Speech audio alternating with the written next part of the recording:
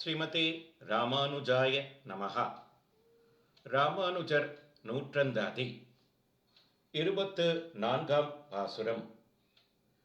தாழ்ந்த நிலையிலிருந்து இப்பொழுதிருக்கும் நிலைக்கு எப்படி வந்தீர் என்று கேட்க, அதற்கு தான் முன்பிருந்த நிலையையும் இப்பொழுது தமக்கு இந்த பெருமை வந்த வழியையும் சொல்லுகிறார்.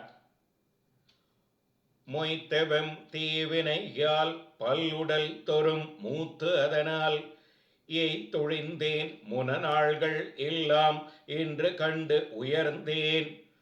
பொய்த்தவம் போற்றும் புலை சமயங்கள் நிலத்தவிய கைத்தமை ஞானத்து ராமானுஜன் என்னும் கார்த்தன்னையே.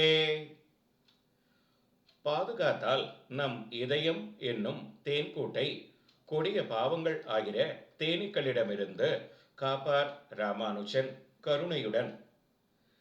தேன்கூட்டை தேனி மொய்த்ததைப் போலே ஆத்மாவை மொய்த்து கொண்டிருக்கும் மிகவும் குரூரமான கர்மத்தாலே அநேக சரீரங்கள் தோறும் வயோதிகத்தை அடைந்து துன்பப்பட்டேன்.